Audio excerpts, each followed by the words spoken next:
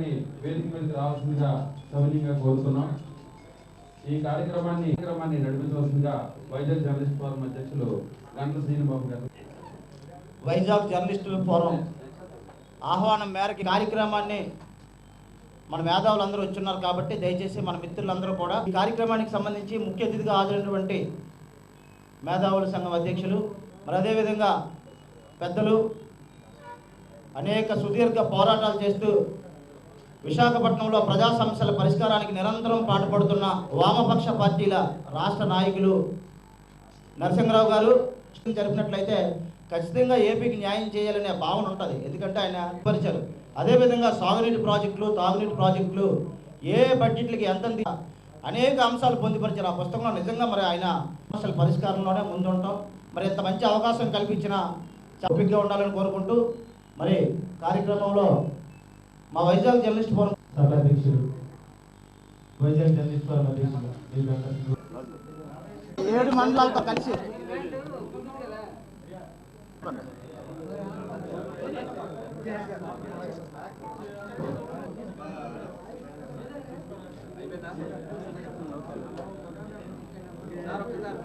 బాబు print మీడియాకి అవకాశం ఇవ్వండి.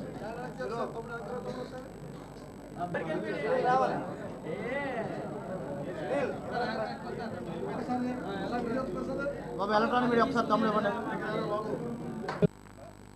దుగ్గరాజపట్నం కానీ రామేపట్నంలో కానీ మన్మోహన్ దాస్ గారు, రాజప్రసాద్ గారు, వెంకటేశ్వర గారు, రాజకీయంతో కూడిన ప్రత్యేకత హోదా విభజన హామీలు తప్పనిసరిగా అవసరం. ఇవాళ ముఖ్యమంత్రి గారు ప్రకటన చూశారు. గౌరవ ముఖ్యమంత్రి గారు, I'm having great respect towards the chief minister of Andhra Pradesh. ఎవరన్నా సరే is the leader of our state in respect to our party. కానీ వాళ్ళు మాట్లాడతా చట్టబద్ధ గురించి పోరాడుతున్నారు. Good. EAP external aided projects ఏదైతే ఉందో దానికి చట్టబద్ధ కోసం మీరు పోరాడడానికి అభినందనలు వచ్చింది తీసుకోండి, కాదంతా. కానీ దేనికి చట్టబద్ధం కోసం? ఉత్తరాంధ్ర రాయలసీమకి 50 కోట్లు ఇస్తామని చెప్పి ఆయన ప్రకటన చూశారు అరుణ్ జైట్లీ గారు. దానికి చట్టబద్ధత కావాలంటారండి మీరు? ఈ ప్రాంతాలని నాశనం చేద్దామన్నా చట్టబద్ధత ఉంటున్నారు?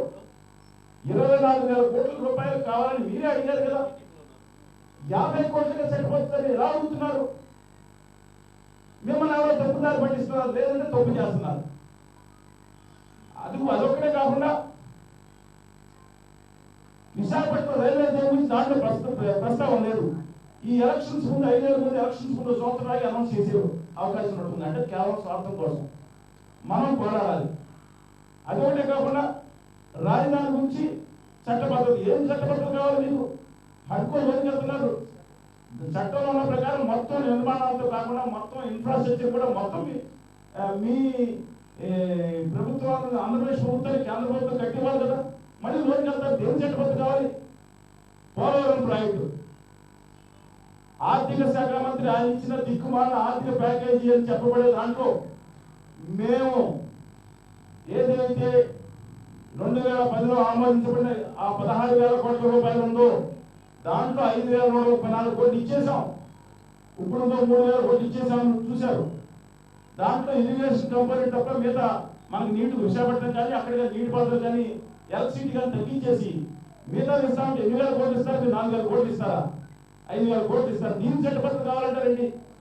చట్టబద్ధత కావాలంటే మనం చట్టంలో పెట్టుండాల్సింది, పార్లమెంట్లో పెట్టుండాల్సింది, బడ్జెట్లో పెట్టాలి. వైజాగ్ అండ్ చెన్నై ఇండస్ట్రీ కార్యాలయానికి కేంద్ర ప్రభుత్వం ఏం సాయం చేస్తుంది? ఏదో ఇండస్ట్రీస్ కొన్ని ఏర్పరుస్తుంది, ఉద్యోగాలు వచ్చాయా? శ్రీకాకుళం జిల్లాలో చూసుకుంటే ఒక్క ఇండస్ట్రీ కానీ ఒక్క విద్యా సంస్థ కానీ పెట్టలేదు. అలాగే ప్రకాశం వెనుకబడి జిల్లాలో కూడా విశాఖపట్నం ఐఏఎం పెట్టారు. ఒక్క సీటు ఆంధ్ర వాళ్ళకి వస్తుందా? దాంట్లో ఎన్ఐటి చెప్తే ఈ రాష్ట్రంలో దేనికి వస్తుంది? 2,500 కోట్లు పెట్టి ఐఏఎస్ఈఆర్ కావాలి. మీరు సంవత్సరం 50 కోట్లు కేటాయించారు. 25 సంవత్సరాలు పడుతుంది కంప్లీట్ అయినప్పటికీ. దేనికి చట్టబద్ధత కావాలంటే మీరు మేము అడిగేది ఏంటంటే అందరూ కలిసి ఫైట్ చేయండి. మిమ్మల్ని ఎవరైనా బ్లాక్ మెయిల్ చేస్తుంటే కేంద్రం వచ్చి ప్రజలకు చెప్పండి. నేను మాకే రాజకీయ ఎవరికి రాజకీయ ప్రయోజనాలు ఎవరికి లేవు. జెండా లేకుండా ఎజెండా ఒక్కడేగా బయటికి రమ్మన్నాం. ఇంకేమీ ఆశ లేదు. ఆఖరికి నేనేం చెప్పాను, ప్రత్యేక హోదా విభజన హామీ సాధన సమితిగా మేము 3 సంవత్సరాలు నిరంతరం ఉద్యమం చేస్తున్నాం. ఒకవేళ నేనే ఇబ్బంది అనుకుంటే నేను తప్పుకుంటాను. మా బాలమోహన్ దాస్ గారు ఉన్నారు, ఆచార్య కొడుకులు వినాయక్ గారు ఉన్నారు, ఆచార్య వీరనారాయణ ఉన్నారు, జాతి ఎవరన్నా పెద్దలు విద్యులు పెట్టుకోవాలని చెప్పారు. ఒక్కటిగా పోరాడండి.